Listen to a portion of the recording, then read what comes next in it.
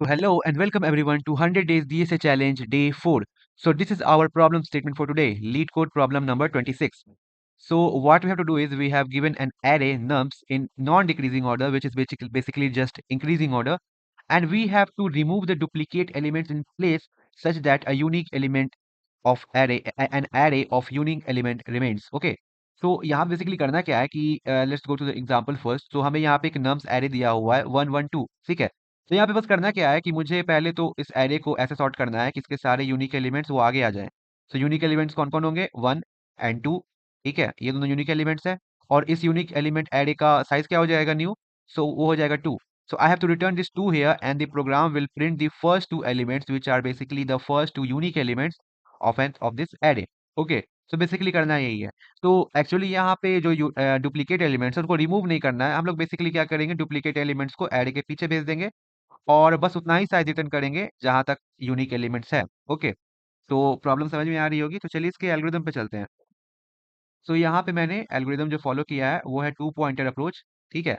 So what is two pointer approach, कि सबसे पहले इसमें हम लोग क्या करते हैं कि टू पॉइंटर अप्रोच में यहाँ पे मैंने दो पॉइंटर्स लिए हैं, fast and one slow. Okay, so ये फास्ट एंड स्लो क्या होता है, तो जो फास्ट पॉइंटर होता है वो ज़्यादा जल्दी अपडेट होते रहता है in comparison with slow pointer. Okay, तो यहाँ पे स्लो पॉइंटर को मैंने नेम किया है आई एंड फास्ट पॉइंटर को मैंने नेम किया है जे।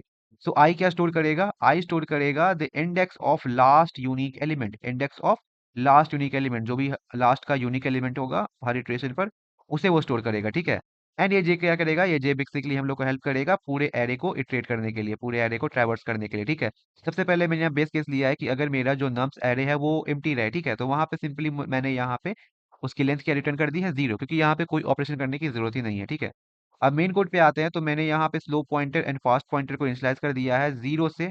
ओके, एंड फिर मैंने यहाँ पे लूप स्टार्ट किया है एंड लूप को कंट्रोल कर रहा है जे, एंड जे की वैल्यू कहाँ से कहाँ तक जाएगी, जे की वैल्यू जाएगी 1 से लेकर के जितनी लेंथ है इस नम्स एरे की उतनी, ठीक है।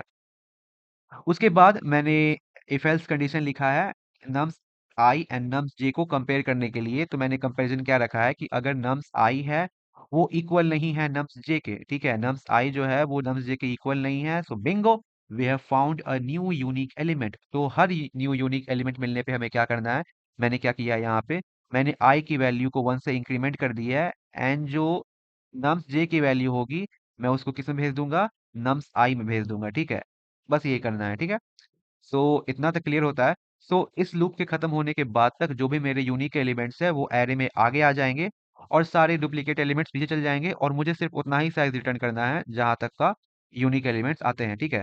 सो उसका साइज क्या हो जाएगा, उसका हो जाएगा i+1 and Y i+1 because I start हुआ था 0 से, ठीक है। इतनी बात समझ में आती है। अब चलते हैं इसके कोड पे। सो कोड ज्यादा कुछ मुश्किल नहीं है, बहुत आसान समझ में आ जाएगा। सो ये रहा कोड जो मैंने लिखा है।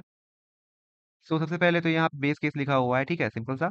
एंड मैंने यहाँ पे स्लो पॉइंटर को इनिशियलाइज किया है 0 से, i = 0, एंड एक फॉर लूप लिखा है जो जे की वैल्यू कहाँ से कहाँ तक जा रही है, 1 से लेके जहाँ तक की नम एरे की लेंथ है।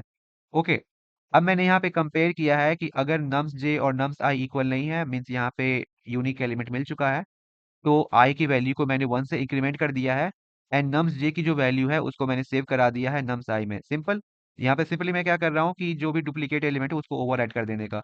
अगर duplicate element I second position पे है तो उसको मैं पीछे भेज दूंगा और जो यूनिक एलिमेंट है उसको आगे ले आऊंगा, ठीक है। कुछ ऐसा है, इसको ड्राइव करके एक बार खुद हम लोग देख लेंगे। उसके बाद मैंने जो यूनिक एलिमेंट वाले एरे की जो लेंथ है उसको मैंने यहाँ पे रिटर्न कर दिया है which is i+1। Okay, so ये क्लियर होता है। एंड फिर ये जो हमारा अप्रोच है इसकी टाइम कॉम्प्लेक्सिटी क्या रहेगी, इसकी टाइम कॉम्प्लेक्सिटी रहेगी O of n y, because यहाँ पे फोर लूप है एंड फोर लूप जितनी मेरे नम्स एरे की लेंथ रहेगी उतनी बार चलेगा, ठीक है। And space complexity O of 1, because मैंने यहाँ पे एक्स्ट्रा स्पेस में बस ये दो पॉइंटर्स लिए हैं, ठीक है। आई होप आपको ये सॉल्यूशन अच्छा लगा होगा।